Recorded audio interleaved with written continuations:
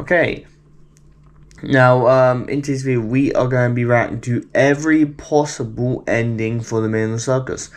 Now, I don't know what it was until, like, I know some people theorize that Jax gets distracted, or Jax stays behind the circus while everyone leaves, or the fact that Jax pushes Kinger into the void. I don't know what's going to go on here. Yeah. Anyway, let's get into it. The finale of The Amazing Digital Circus is 1 hour long, and when the voice actors sat down to read it for the first time, some of them cried.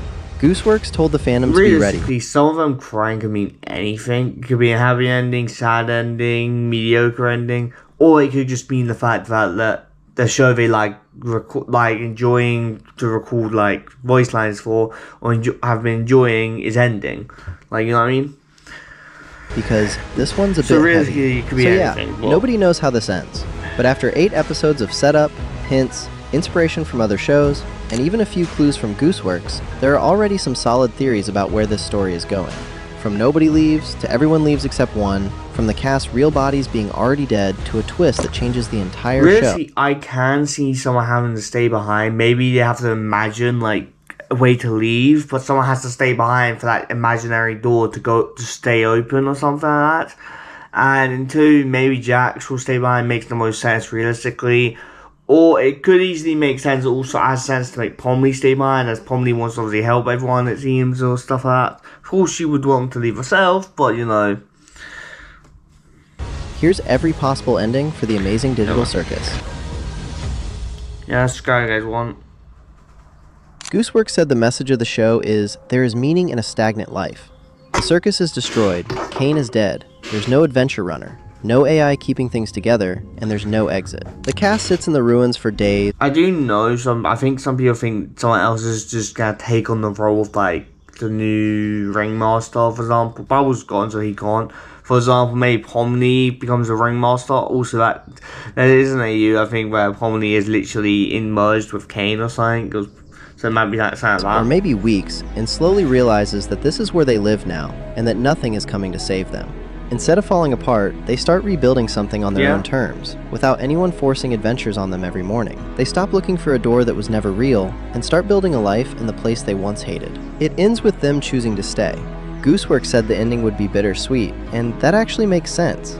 They never leave, but for the first time since putting on the headset, there's no Kane forcing them into adventures. I really do hope they leave, because one, we're not getting a second season, so we'll never be able to leave. But then again, if they never leave, I guess we can get music videos and stuff later on. But like I said, realistically, I would hope they actually manage to leave, personally. That's just my thoughts on it. Although if they don't, fair enough, but an hour thing. In an hour, I don't know how they would leave, but you know, yeah. Maybe the Circus Point actually let an exit for us, No abstraction hanging Maybe over the them. exit's literally No one telling in the them void. how to live. Just 6 people in a broken tent who finally accepted their fate. The synopsis says, will they come to terms with what they uncover? And coming to terms could just mean accepting that this busted circus is home now, and that home doesn't need to be perfect to mean something. Yeah. So in this theory, one person stays behind, giving the others a way out. The obvious pick is Jax because he's the direct parallel of Ted and I Have No Mouth and I Must Scream, the book the show is built on. Ted spends the entire story. I haven't seen that, but I want to do a reaction of someone not reviewing, but going through it or something, just simply because it's one, it'll be nice to thingy, and it is obviously the inspiration for the Man in the Circus. Worst person in the group, and at the very end he sacrifices himself to free the others and gets turned into a formless blob trapped in hell for eternity. Jax pressed the Now realistically, I don't know if it'll go the same route as the thing. That could easily obviously be the trigger, saying that direct parallels, and this time he doesn't actually end up sacrificing himself. Or maybe he wants to sacrifice himself, but Pomley pushes him through or something like that. And Pomley stays behind, or Kinger stays. I feel like Kinger could easily be the one to sacrifice himself, simply because he's obviously the father of the group, if you say. And it feels like something Kinger would do. One, I guess maybe if a faction is dying and their souls and bodies so that he can reunite with his wife, etc. But, we'll see. Button to stay in episode 7. The card Kane gave him during his song has a star on it, and on Kane's office door, the star is the red symbol, which meant stay. We mainly have 2 theories about Jax. His breakdown shows quick flashes of cars, and a lot of people think he might have been in a car accident in real life, to the point where his body wouldn't survive outside the circus. So for him, leaving would mean dying, and staying would mean being stuck alone in an empty circus. And he might choose being alone over dying. Another theory... I'm gonna be honest, I have a feeling that, the main of the sagas literally could end with us maybe leaving Jax behind and him slowly abstracting. Slowly abstracting. I can see that happening. I can also see he's been here for years on end without abstracting, like Kingo has, after everyone leaves, and then the circus reforms again and more people pop in somehow. I can also see that happening, like a re-loop or whatever, and Jax is now the oldest one. He came from a really bad family. That could explain why he reacts when Ragatha talks about her mom. Maybe he tried to run away, and ended up in a hit and run. The second pick is Kinger. The title of episode 9, the grand finale, might be a reference to him, especially if his real name in the code is Grant or Grand. In Genesis, whoever kills Cain gets punished sevenfold. Yeah, it could be, and but Kinger is the one who pressed the lead. The checkerboard floor is his chessboard. He's the king piece, and checkmate is how the game ends. So, he might end up sacrificing himself so the others can leave. And the third pick is Pomni. In the pilot, the meal scene at the end is arranged like the Last Supper, and Pomni is sitting in the center where Jesus sits in Leonardo's painting. Jesus was never taken seriously by the people around him, and Pomni is dressed like a jester, someone nobody listens to. In one of the merch videos, Kane actually calls Pomni. I think that's just a voice actor's name, and that's not actually relevant. I'm pretty sure. I think he'll use that now, but Steam. Christine, what's your desire? Not my name. Don't lie, Christine! If it follows that Christ-like arc, Pomni might be the one who sacrifices herself to save the others. And since her name means remember in Russian, it could be a quiet message. Just remember me when you get out. Oh, yeah, fair. The poster shows 2 keyholes, one aimed at the sky and one aimed at a glowing light. And the synopsis asks, will they come to terms with what they uncover, or will they make the other choice? 2 locks for 2 groups headed in opposite directions. During his song in episode 8, Kane deals out cards. Jax gets a star, and Kinger gets a moon. Then in the office, the door links red to the star and blue to the moon. And back in episode 7, red meant staying, while blue meant leaving. Jax picks the circus because there's nothing on the other side for him. But I don't think he stays alone. Since the pilot, Pomni has been the only person who consistently goes toward Jax when he's falling apart. She confronted him in episode 6 about the role he had been playing. She was the first to notice something was off with him, and in episode 7, she saves him from obstruction. And Goosework said they're the 2 main characters for a reason. Their relationship is the thread that runs through the whole series. If the cast splits, Pomni might choose to stay with Jax instead of walking out with the others, because she refuses to be one more person who abandons him. Kinger might get out because, during Kane's song, his card showed a moon, and on the office door, the moon is linked to blue, the same color as the button that lets you leave the circus. Ragatha goes with him. Gangle is harder to place because her line in the trailer, "I really wanted to help," suggests she made a mistake earlier in the episode that she deeply regrets. So her choice at the end might depend on which group she feels she owes something. Not gonna lie, when someone said I really wanted to help, I wasn't really picturing voices and it sounded like Pomni, so I thought Pomni was crying. I was like, Gangle's the only one who cried. It didn't sound like Gangle.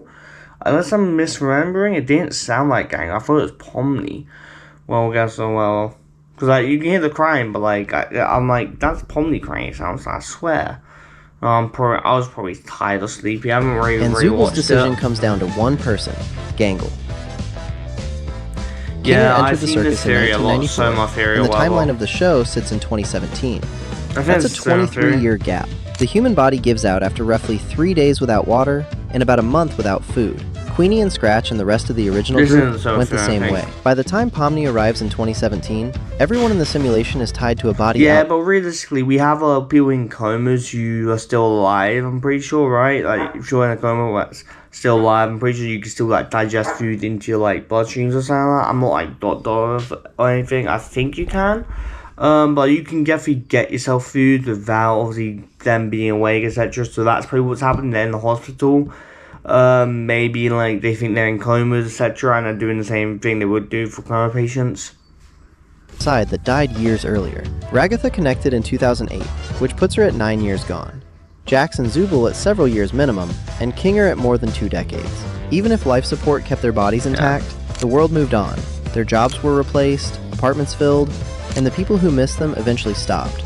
Which is still really sad. 9 episodes spent chasing a way out, only to realize it offers less. I feel like people who miss them haven't stopped. They probably still care. I wonder if someone in the real world actually knows of the Mandal Circus. Like one of these, let's say the real person's parents or siblings or something actually know of it. And then this whole time they've just been trying to find them a way out. Although I doubt it, because if that was the case, we would obviously, we would have probably saw that at least 2 or 3 episodes earlier. But, than staying in. And that line about finding meaning in a stagnant life stops being philosophical and becomes the only option left. There's another theory. They might all already be dead in the real world, and the headset is either a kind of life support system or something closer to an afterlife. The moments where each character gets hurt could reflect how they died. Pomni attacked by dogs while exploring the abandoned C&A building. Gangle hit by a car, Zubul possibly linked to their dysmorphia, Ragatha abused by her mother, and Jax, whatever that was. I feel like if they are dead, Ragatha being abused by her mother is probably like the most obvious one why she died. Even if they aren't dead, she definitely was abused by her mother. I'm assuming all the knives and other mannequins are her siblings, and they died or were abused at the same time. But crazy. Well, if I'm grateful, I probably wouldn't want to go back to that world, let's be honest here. Well, I guess you can and just cut ties, but even then, if you wake up, your mother's probably going to be there, and oh my god. Kane spent the whole show thinking he was entertaining people when he was really hurting them mentally without realizing it. He never expressed hatred toward the humans. The only thing he said during the collapse was that they were the ones who hated him. Why do you people torment me? I'm pretty sure he's programming lots like humans. Alex Roshan, who voices Kane, mentioned that the last line Kane would have delivered before getting cut off wasn't going to be anger or pleading. It was going to be closer to, wait, what have I done? Wait! If some version of Kane comes back in the finale and understands why the humans wanted to leave, the simplest ending is that he opens the exit himself, no longer acting as the host, but as someone who realizes I don't see that simply because Kane's dead, but also even if he comes back, I feel like most of I would like Kane to come back. I feel like it would kind of ruin the whole point. We'll probably see him in a flashback, etc., but it probably would ruin it. Unless they somehow do a whole plot line to bring him back, but if he just appears, then yeah. I guess realistically, they can probably bring him back by recoding his code, etc., by making a new Kane. Or about then, and that could be anything, and it's like a new kind of virtual reality with Kane who actually understands humans. Sometimes means letting them go. Any return would be brief, and the last thing he does is give himself up after understanding what it means to put someone else before himself. The synopsis ends with, presumably someone says something funny, because this can't be that depressing, right?